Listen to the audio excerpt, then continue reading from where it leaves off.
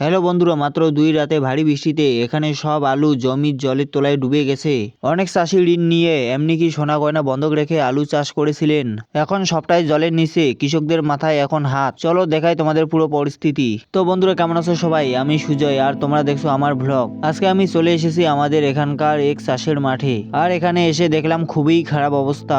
গত 2 রাত ধরে প্রচন্ড বৃষ্টি হওয়ার কারণে অনেক চাষিদের আলু জমি পুরো জলের তলায় ডুবে গেছে। তোমরা দেখতেই পাচ্ছ বন্ধুরা, চারিদিকে শুধু জল আর জল। এই জমিগুলোতে কিছুদিন আগে আলু চাষ করা হয়েছিল, কিন্তু হঠাৎ করে এত ভারী বৃষ্টি হওয়ায় এখন প্রায় সব গাছ জলের নিচে চলে গেছে।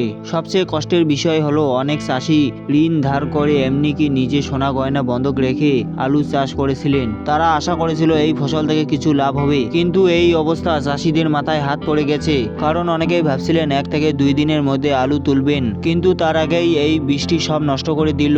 তোমরা দেখতেই পাচ্ছ বন্ধুরা, জমিতে কত জল জমে আছে।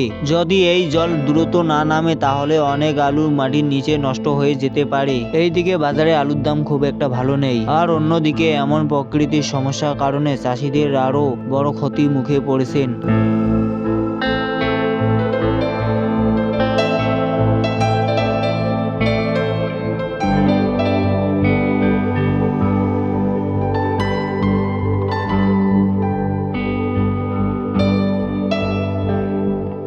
গ্রামের অনেক মানুষই এখন খুব চিন্তায় আছে, কারণ এই ফসলের উপরে অনেক পরিবারের সংসার চলে। বন্ধুরা, তোমরা কমেন্ট করে জানাও এই পরিস্থিতিতে কৃষকদের জন্য সরকার বা প্রশাসন কি সাহায্য করা উচিত। ভিডিওটা যদি ভালো লাগে তাহলে লাইক, শেয়ার আর চ্যানেলটা সাবস্ক্রাইব করতে ভুলবেন না। ধন্যবাদ বন্ধুরা, আবার দেখা হবে পরের ভ্লগে।